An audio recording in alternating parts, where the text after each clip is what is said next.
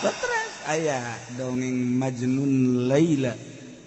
kurang lamun ngaji ukudul Juman aya siiran ditungtungna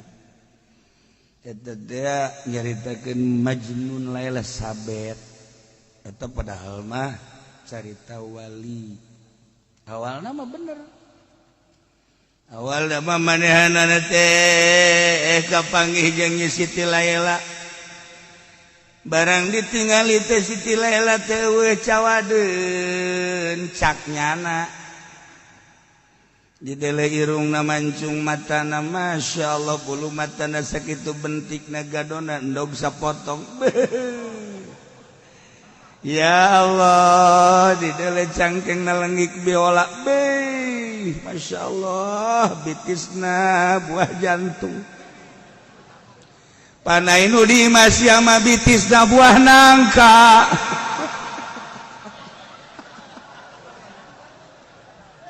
ya Allah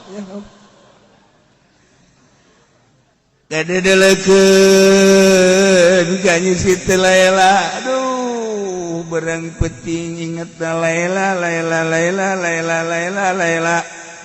akhirnya terus kubanehna di deketan kau beneran Nyi Siti Laila teh deui kosong cenaya muatan atuh pada cinta begitu diutarakeun I love you aduh atuh Siti Laila ge sarua pada cinta sarua Siti Laila mabok atuh si lalaki-laki mabok anu dipake bahasa iwati Laila anu dibabaca iwati Laila waduh boga roti jang Siti Laila boga cau jang Siti Laila boga duit jang Siti Laila berang jeung penting waktu teh pake Laila edan kan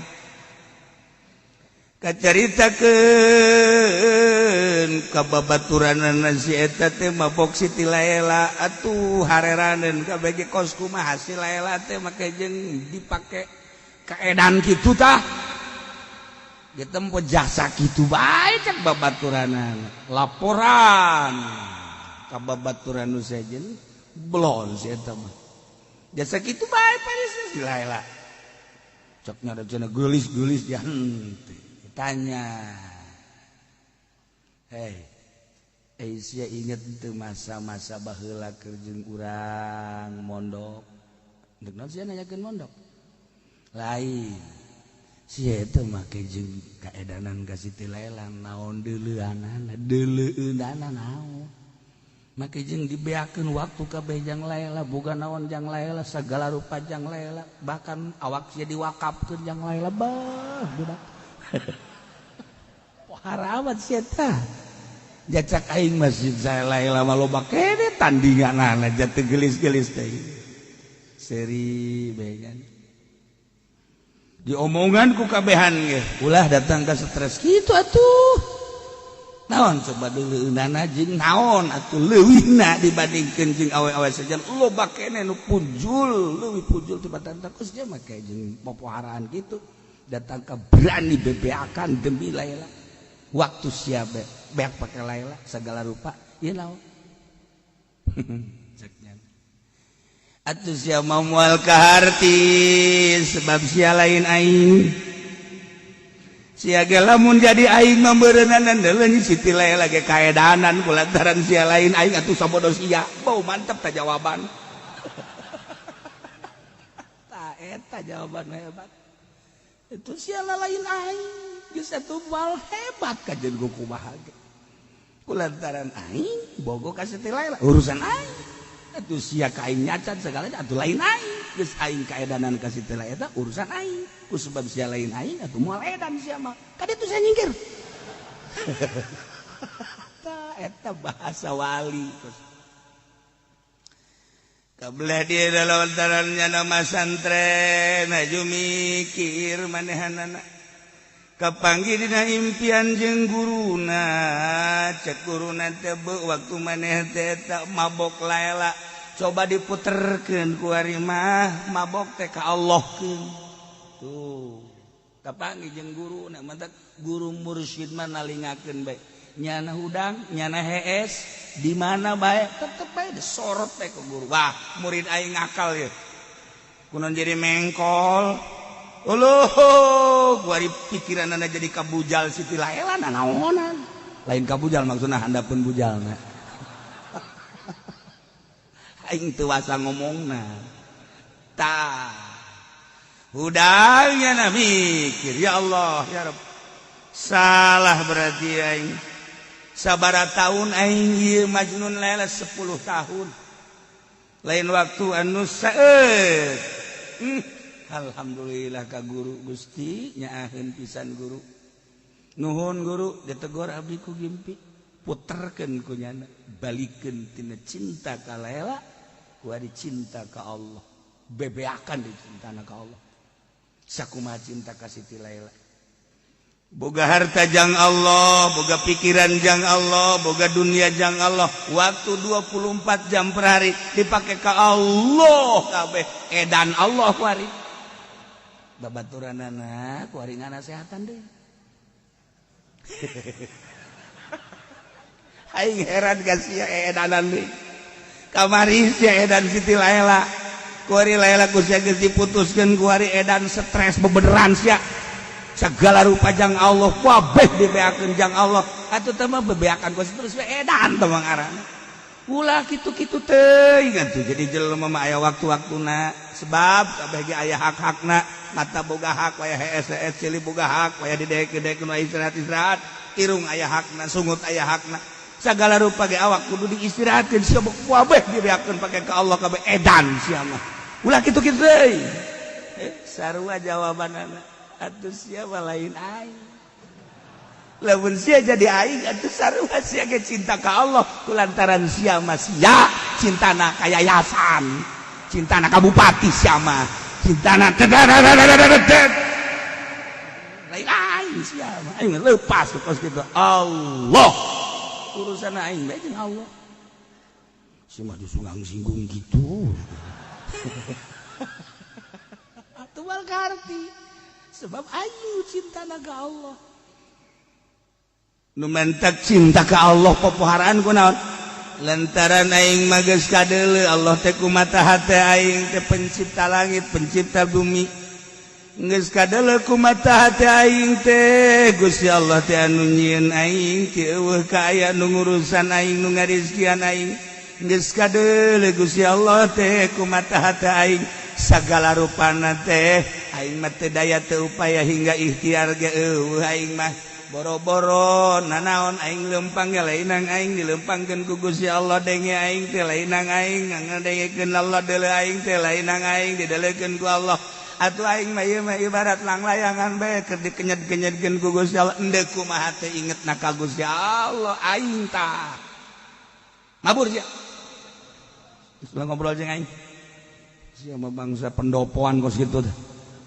geus ka ditu bae sabaraha kali diberenan tuh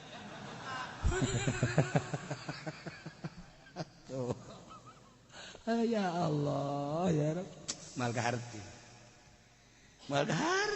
badak seseorang boga keberhasilan teliti aya naon sih pasti aya nu berbeda moal kaharti kajen buku mah mun dibejakeun nu aslina pisan urang ngabirigi di gajen guku bahagia sebab tadi teh sia mah lain aing mun sia jadi aing sarua sia ge cinta ka Allah tuh aing ge lain sia mun aing jadi sia tuh aing ge boga yayasan ku ari menerima murid baru sabaraha deut kana tahu masalah jana-jana urang-urang tah moal kaharti edan teh ya lantaran boga pemikiran tersendiri. Ieu ge sarua domba teh keur ngarobrol bae nya jeung bangsa domba deui ngurusan permasalahan obrolan-obrolan corona satu nanya naga bingung cek domba teh cenah di negara teh duit teh loba tapi beak gaji ge bahkan dikurangan bahkan harga minyak ge teu diturunkeun demi untuk membiayai corona. Domba ngobrol kos gitu. Wah harata domba nyahoannya sok goblok.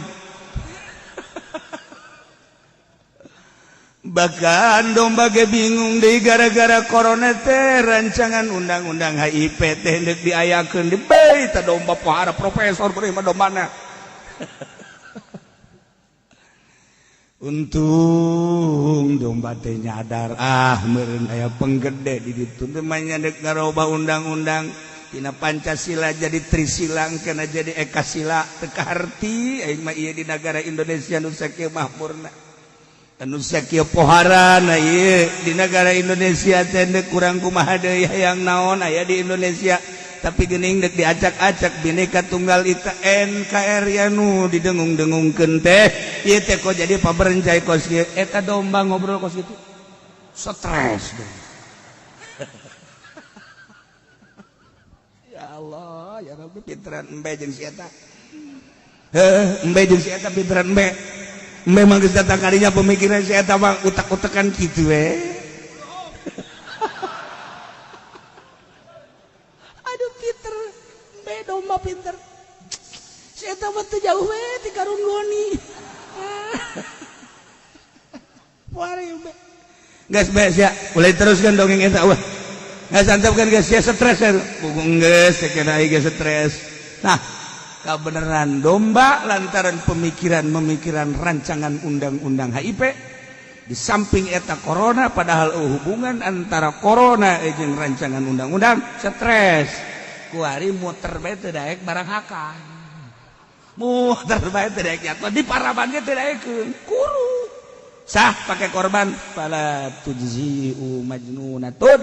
teu sah teu nyukupan domba me termasuk sapi anu stres anu edan teu cukup komo urang boga pamajikan stres. Emang aya pamajikan anu stres? Pamajikan stres teh lain sakadar stres biasa-biasa diajak ngobrol mah normal tapi ngajina lain deuk ngajinya mah ngadeukeutan tukang baju stres. Eta nu kos kitu ngaranna pamajikan stres di tempat ngaji balanja keneh bae. Parek pamajikan sia. Stres. Ya Allah, ya Rabb, babari horeng nganu stres mah. Bala tujzi ya. Nu kuru nu edan teu cukup pake korban.